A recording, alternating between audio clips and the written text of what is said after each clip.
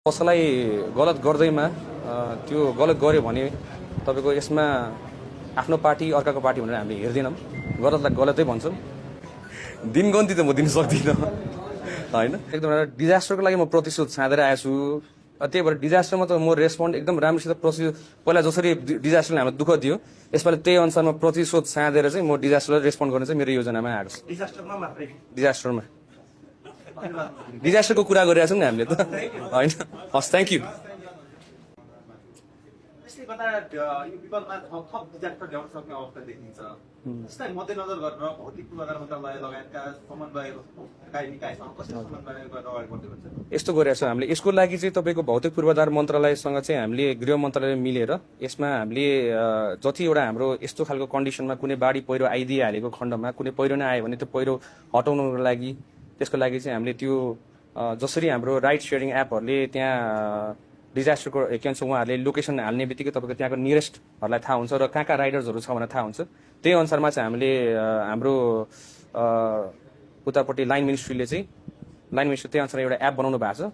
डोजरहरू कहाँ छ भनेर हामीलाई ठ्याक्क थाहा हुन्छ र त्यो एरियामा इफ इन केस रेस्पोन्ड गर्नु पर्यो भने तुरुन्तै हामीले रेस्पोन्ड गर्ने हिसाबले बाटो पुऱ्याउने हिसाबले चाहिँ हामीले काम गर्नलाई त्यो अनुसार एउटा एप डेभलप गरेका छौँ। भनेपछि कुनै पनि नागरिकहरू अघिल्लो जस्तो घण्टौसम्म कुनै ठाउँमा अड्केर बस्नुपर्ने बाध्यता आउँदैन यो पटक?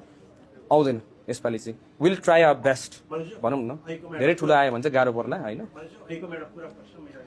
पाएको छौँ हामीले त होइन। अब पहिलाको टाइममा अस्ति जेनजी आन्दोलनको टाइममा पनि मैले रेस्पोन्ड गर्दाखेरि धेरैजनाले चाहिँ अब मेरो त्यतिखेर हैसियत छैन भन्ने धेरै क्वेसन्सहरू पनि निकालेको थियो। यो मान्छेको हैसियत के यसरी रेस्पोन्ड गर्नुमा, किन त्यो विपदको ठाउँमा गएर बसेर कुरा गरेको भन्ने क्वेसन्सहरू पनि आयो। तर मेरो विचारमा त्यतिखेर नै रेस्पोन्ड एकदम राम्रोसित भएको थियो। हाम्रो जेएनजीको सरकारमा पनि त्यतिखेर म आफै पनि बसेर त्यतिखेर हामी सबैजना मिलेर कसैलाई निर्देशन दिएको होइन नि। त्यो त हामीले नागरिकको ज्यान बचाउनलाई जोसुकैले हेल्प गर्नु सक्छ नि त। त्यसको कुरामा चाहिँ हामी यसपालि चाहिँ हामी ओपन छौँ त्यो कुरामा चाहिँ। र पहिलाको गभर्मेन्टले के गर्यो त्योसँग हामीसँग सरकार भएन। तर पहिलाको गभर्मेन्टले राम्रो काम गरेको त्यसलाई चाहिँ अब प्रोत्साहन गरेर जति पनि तपाईँको कमी कमजोरी भएको छ त्यसलाई चाहिँ फुलफिल गरेर यसपालिको गभर्मेन्टले चाहिँ हामीले सरकारले चाहिँ त्यो अनुसारमा चाहिँ निरन्तरता दिँदैछौँ।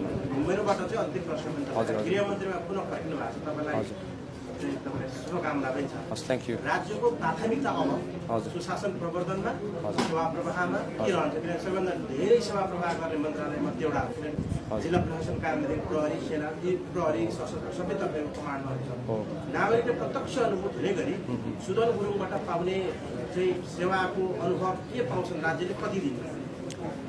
अब यो दिनमा भन्नु कति दिनमा भन्नु हो भनेको तपाईँको प्लानिङ सन्देश दिनगन्ती त म दिन सक्दिनँ हैन। कसैलाई गलत